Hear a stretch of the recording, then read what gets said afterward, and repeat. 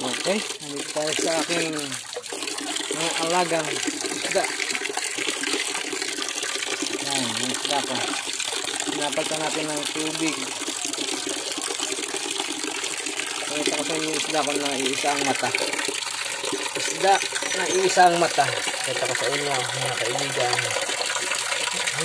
Isdang isang mata. Yan. Ay, umaling ito. Yung isda ko na iisang mata. Ayan yun. Pakita ko sa inyo. Nakita nyo ba? Yan. Isa lang yung mata niya, oh. Yan, oh. Tawag dito Pangasius. Yan, meron siyang isang mata. Yan siya. Isa lang yung mata niya. Kita natin. Kita natin yung isda natin walang mata. Mga bulag. Tayo yung isda na walang mata eh. Sabihin natin. Yeah, huli ka. Ay, bilis. Yan. Bilis natin na walang mata. Ano naman. Uy. Yan. O, yun o. Yan. Wala siyang mata o.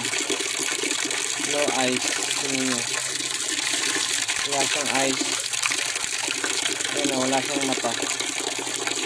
Panggasis dito. Pero wala siyang mata. Yung isa may mata. Yung isa. Ito yung dalawang mata. Ito yung talagang tunay.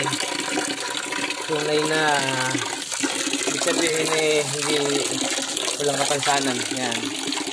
Ito. Tingnan nyo. Yung original niya ayan may mata o dalawa. Dalawa yung mata. Ito yung talagang original. Yung dalawa kasi extraordinary. Yung isa walang mata, yung isa isang mata. Ito naman yung ating bagong bili. Hilap yung ating hilihin. Okay, ngayon nakakita na kayo ng isang walang mata, isang mata at yung dalawang mata. Yan. Kaya bihira yan mga kaisda. Kaya inaalagaan ko yun. Okay, punuin lang natin yung tubig.